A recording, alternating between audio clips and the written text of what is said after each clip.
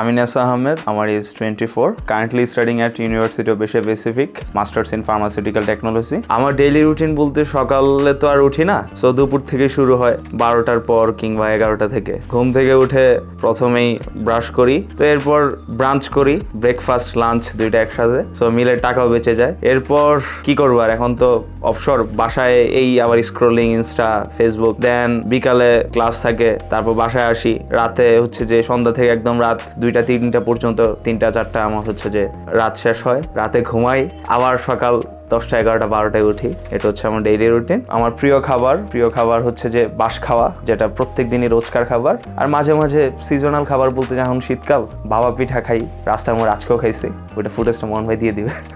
আমার লাইফের একটা ডিপ্রেসড ফেজ 2022-এর ইনসিডেন্ট এরকম ছিল যে আমার ইউনিভার্সিটি লাইফ, তখন নিজের কোনো টিউশনই করতাম না, নিজে একটা ফাইন্যান্সিয়াল ক্রাইসিস অ্যান্ড ভার্সিটির প্রেশার সব কিছু মিলে একটা ডিপ্রেসড ফেজের মধ্যে ছিলাম। ডিপ্রেশন থেকে রিকভারি করার জন্য হচ্ছে যে আমি ইনস্টাতে পনি সুপারস্টারের রিলস দেখতাম, তারপর ফিফা ছিল 2022-এ, তো সব কিছু মিলে হচ্ছে যে আস্তে আস্তে আমি 2022-এর ডিসেম্বরের মধ্যে আমি আমার ডিপ্রেসড ফেজটা কাটিয়ে উঠতে পারছি। লাইফে হবিজ বলতে তো কিছুই নাই, সব কিছু হচ্ছে কষ্ট, সব ডিপ্রেশন, স্ট্রেস, অ্যাংজাইটি। হবিজ নাই, মাঝে মাঝে হচ্ছে আমি বিড়াল দেখলে মিয়াও মিয়াও করি, কিসকু খাও মিয়াও মিয়াও মিয়াও মিয়াও, এক তারাফে রাসমালাই এক তারাফে চুয়ে আই, কিসকু খাও মিয়াও মিয়াও মিয়াও।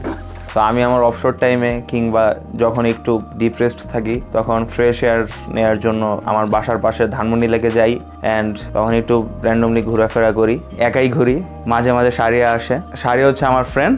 আর যখন ধানমন্ডি লেকে যাই তখন আবার কাপলস দেখি, আবার তাদের এই ঘষাঘষি এগুলো দেখি, তারপর আবার ডিপ্রেসডে বাসায় আসা লাগে। সো মাঝে মাঝে ধানমন্ডি লেকে স্কিপ করি।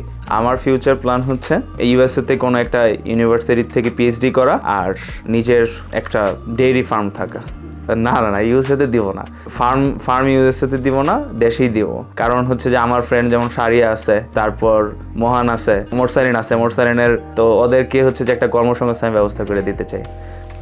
সো আলটিমেটলি একটাই কথা, আপনার কেউ নেশার হবেন না, কারণ নেশা ইজ টাচ।